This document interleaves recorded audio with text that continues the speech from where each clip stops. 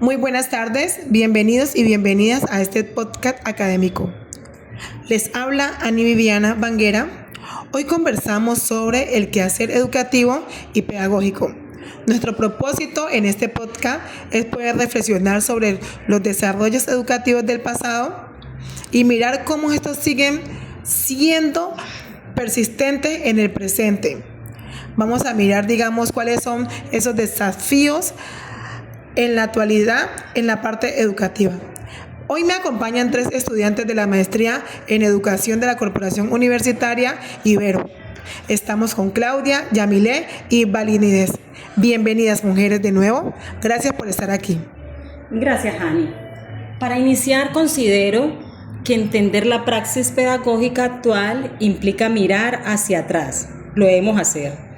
Durante la colonia, la educación en América Latina estuvo dirigida por las élites. Siempre fue así, dejando de lado a la mayoría de la población.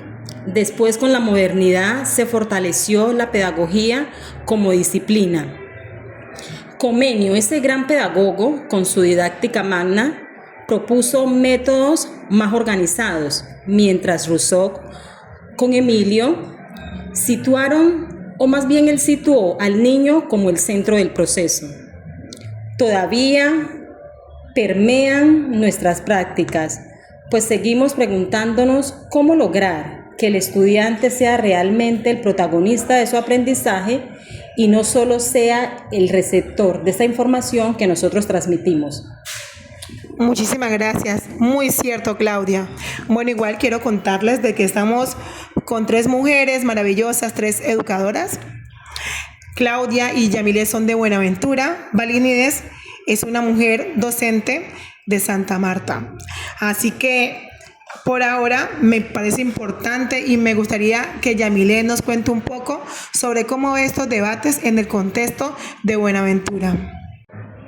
Claro. En Buenaventura, la realidad educativa está marcada por grandes retos, como la desigualdad social, los límites de acceso y las barreras geográficas para muchos niños y niñas y jóvenes que viven en la zona rural y urbana. Además, la violencia y el conflicto social afectan de manera directa la escuela. Desde mi mirada, las tendencias entre la educación tradicional, las necesidades, la pedagogía crítica hacen más evidente estas situaciones. Pensadores como Derwin, Montesquieu y Freire nos invitan a pensar en las aulas participativas y diálogas.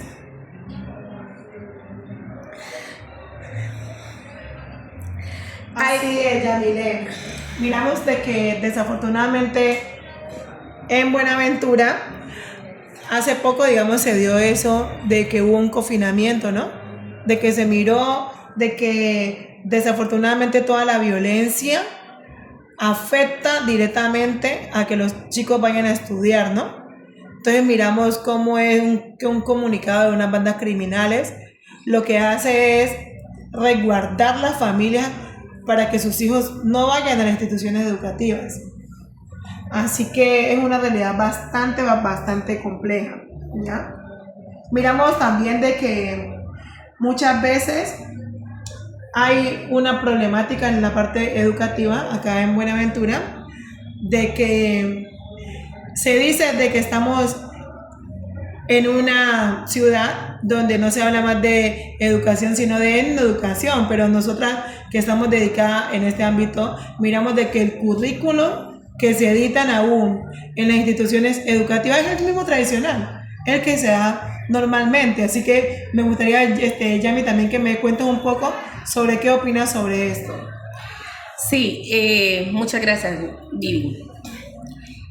Sí, desde mi perspectiva he notado que los estudiantes se conectan más a las clases siempre y cuando se está dando en el contexto cultural y comunitario.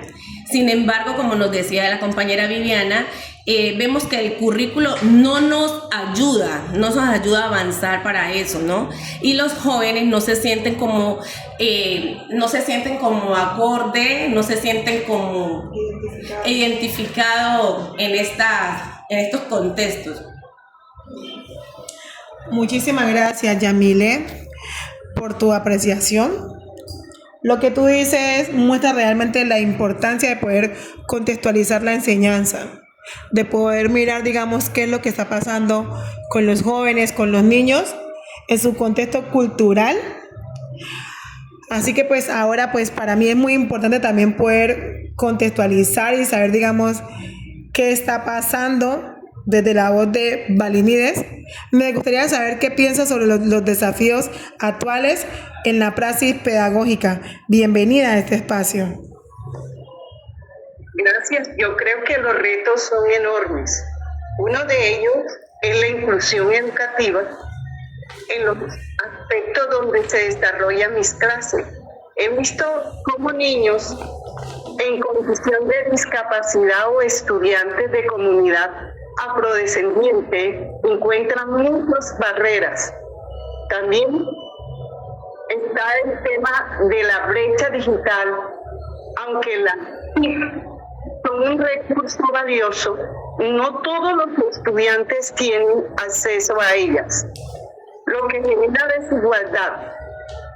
Uno como docente debe repensar su quehacer para responder a esa realidad y no quedarse solo en la transmisión de contenido. La praxis pedagógica implica compromiso ético y social, reconociendo la diversidad de quienes aprenden. Muy importante, Balinides, esto que tú nos das a conocer. Pero entonces me gustaría saber qué aprendizajes históricos podemos recuperar y qué innovaciones mujeres necesitamos hoy desde el ámbito educativo. Claudia, ¿nos podrías hablar un poco sobre eso? Listo, Ani. Yo diría que debemos recuperar el sentido del método como lo planteaba Comenio, ese gran pedagogo, pero sin caer en la rigidez. También es necesario mantener la idea de Rousseau, de estos estudiantes en el centro del proceso, y esto sumarle lo que Paulo Freire nos enseña, que educar es dialogar, es reconocer al otro y transformar la realidad. Bueno, muy importante, Claudia. Yamilet, cuéntanos. Creería que para Buenaventura es necesaria una pedagogía que valore la cultura local, que reconozca los saberes ancestrales y comunitarios. Solo así la educación tendría sentido para nuestros estudiantes y docentes también. Bueno, Balinides, tú que eres una educadora de otro contexto igual, es un contexto también que es de diversidad cultural, pero estamos de costa a costa, ¿no? Entonces, ¿qué pasa en Santa Marta, digamos? Cuéntanos un poco. Bueno, la verdad es que es urgente pensar en una escuela que promueva la equidad, que garantice la inclusión y que dé herramientas a los niños, jóvenes y niñas para enfrentar su contexto con pensamientos críticos. Es importante crearle a nuestros estudiantes esta parte, la parte del pensamiento crítico. Bueno, mujeres, la verdad me parece súper importante, mis docentes, poder hablar sobre esto. Muchas gracias por sus valiosas reflexiones. Hoy hemos visto que el quehacer educativo y pedagógico no puede separarse de la historia ni del contexto actual. Hay que ir realmente atrás, a lo colonial, para poder entender, digamos, qué pasa actualmente. Me parece importante, digamos, dejar claro aquí de que desde las prácticas que uno hace en las pedagogías críticas, hay que mirar, digamos, qué ha pasado por los años en territorios como Buenaventura, Santa Marta. Queda claro que enseñar siempre es una práctica situada, comprometida y de transformación sobre todo. Agradecemos desde aquí, desde la Radio Nacional de Mujeres, a las docentes Claudia, Yamile y Valinides por esta conversación y a quienes nos escuchan por acompañarnos. Hasta la próxima. Bendiciones para todos.